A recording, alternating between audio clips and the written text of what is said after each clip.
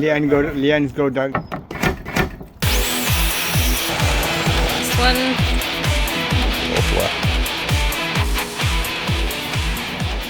So I just got delivery now of the gravel boards to change the fence from wooden fence into concrete gravel boards. So I got my order, as you can see.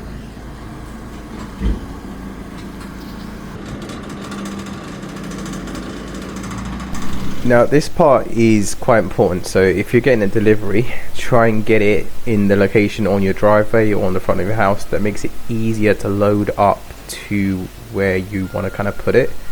So we were doing the fences that were further away, and we wanted to also make sure we could actually walk back without bumping into any gravel boards. Yeah, because once you start something, like, I'm so busy, the last thing I want to do is get it again. At this point we were trying to get the gravel boards to be as far away from the pathway as possible, but it wasn't really working out. The weight was too much to leverage over. Now we've got the delivery, it's time to start removing and smashing the fence.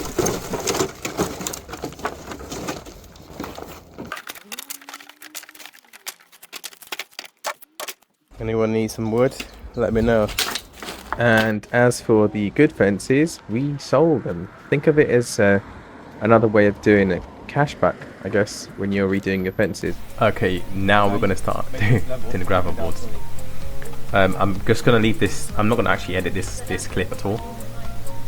I just want you to see how much we struggled on the first one, and that was not because it was difficult to put in, but it was just like coordinating everyone together and everyone to be the same. Well, everyone to have the same mindset, sort of thing. And I was also worried about if I went too fast ahead on my side, then it will also like kind of let the other side slide down faster, and I was worried about their fingers. Leanne go down. Yeah. Take it down. My dad helped as well. Can you see how it's moving freely now? That's kind of what you want, but I was more worried about my sister's fingers. And also, yeah, I'm not sure you heard me saying that if this just slams down, it could crack the whole gravel board. Ooh. Jonathan down. See, if I went down at this point, her fingers could have been really, really hurt. So I put a piece of wood there just to take away the shock when it hits that bottom gravel board. My sister was utterly terrified. I say the first piece was the most stressful part. Jonathan go down. Jonathan has to go down. That's so annoying. I don't think you realise if I put my part down, my sister's fingers wouldn't have been there.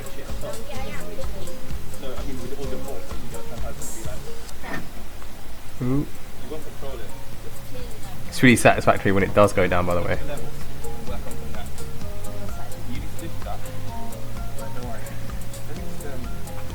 See, I was actually wrong here. I should just slam down my side, really. But it's hard to see when you're above it. Ooh, there you go. It's quite nice when it's all in. The reason why we decided to do gravel boards is just that it's a lot more long lasting than a fence. It doesn't rot as well. I think these you can actually get composite fences which are quite good, but they tend to discolour as well. So I didn't want to kind of go through all this effort and then find out that it's going to be damaged by the UV rays of the sun. Cool, that's one down. Got a few more to go. Okay, that's the second board. So it's important to line them up as you go on, because if you keep stacking weight on top of it, then you won't be able to move them around like that. Yeah, it has to be thicker than our fingers so it doesn't jam our fingers. One thing you'd find is that when you slot them in, they suddenly just drop, and you don't want it to happen because your fingers, as you're holding them, will mess up. Yeah, so put our fingers here so that it won't go lower than this, and your fingers will survive a little bit, more or less. Alright, so we're ready to move on to the next gravel boards. So the next lot of them. Lifting up these gravel balls from there, both people have to be kind of equal strength, so when I was alright, my sister was struggling. It was difficult to kind of manage her side of the weight. The hardest part is just getting it up right to the top of those concrete posts, and then the rest was kind of easier, and then you just have to balance it all the way down. And at this point I kind of make sure they're lined up, so I jumped over to the other side and just pushed it or knocked it, and that was my neighbour helping me out on the job as well. He's actually really helpful. He's been helping me for a long time actually now.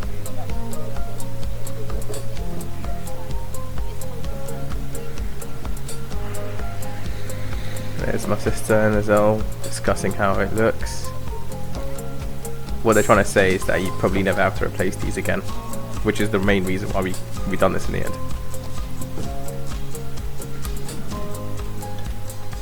Quite easy to pull out the old fences. The good ones I think we pretty much sold in the end. Yeah.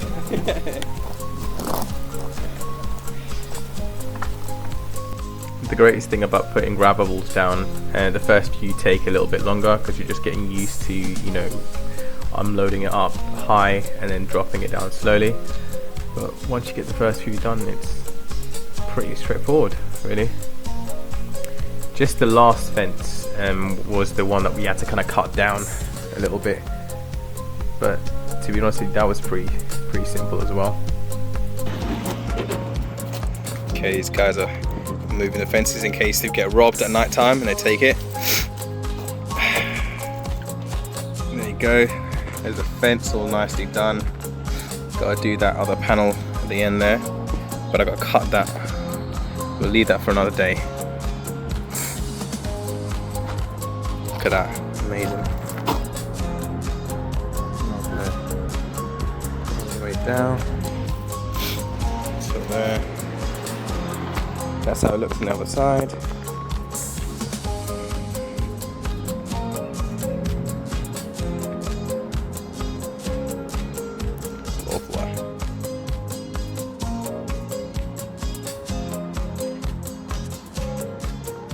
Now for the last panel, which is the one that is shorter, and we had to really cut it down. Well, we had to cut down each gravel board and slot them individually. So this is the part I wasn't really looking forward to. Okay, now I've got to measure up. This is a short post, so I've got to measure up from there to that end over here. Let's see how that goes. From the front post that you saw over there earlier on, I measured up the distance between the two posts, the front post and the second last one, gravel board, so that's 130 centimeters.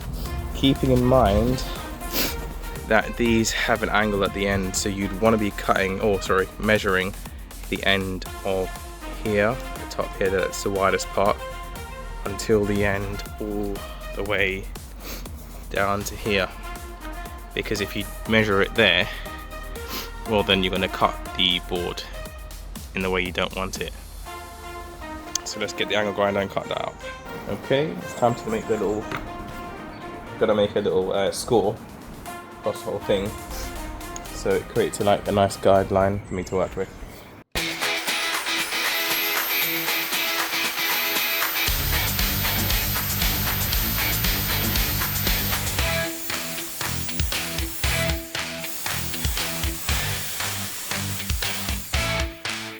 So I found my bigger blade over here, and this should go in a bit more easier. So let's see. So I've done the other side. I've gone halfway through. I want to cut this side as well, so it doesn't crumble on the other side. So gotta be careful with the cut.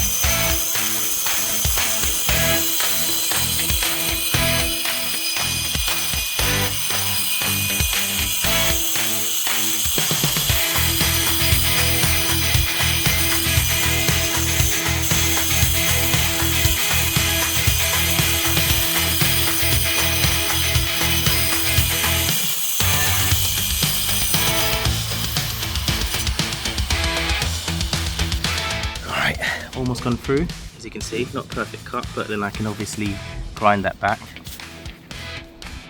That's how far it's gone in. There might be some iron rods in there actually. Looks like there is. If you look at there, here's a point, there's an iron rod there I think. And another one here. What I suspected was correct, is correct. So if you can see that, there's iron rods in there. I think there's about 2 or 3. Let me see. One there. There, I think there's 2. So let's just deal with them. So the iron rod, I cut one there. The iron rod. So I'm using my reciprocating saw, and let's just get through that last one over here. Let's see if I can get my camera here. Where is it? It's right on the bottom, unfortunately.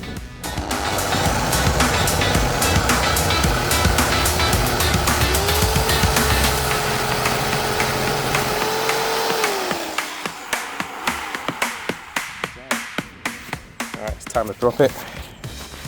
So let's see that piece of drop off on its own. Nice, look at that. Okay, so there's the iron pieces of rod. There's 1, 2 there. There should have been 2 there, but I think there's 1 only there. Okay, it's ready to install. Oh, that lodged all the weight here.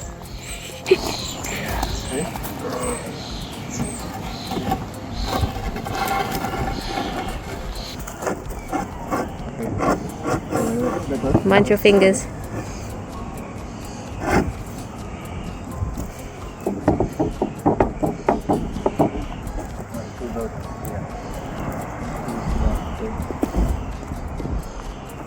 Just let it rest. Get our energy back. So, Yes, Jonathan? don't put 2 parts. Don't put them both down at the same time. Okay. Got to lift it up again, innit?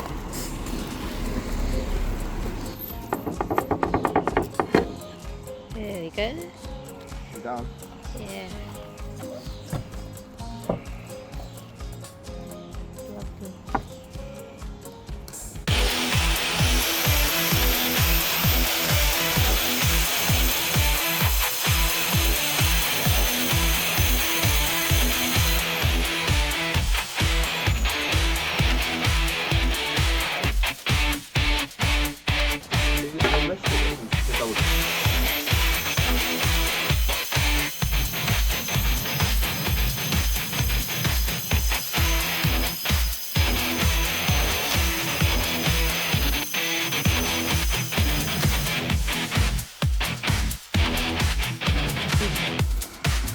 This is the last one.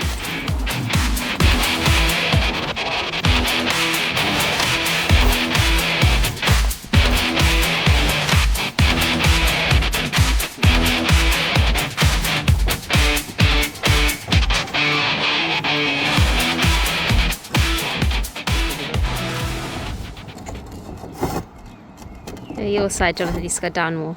My side? Yeah. We did say to make the other one fatter. Just pull this back. We just put it very good light.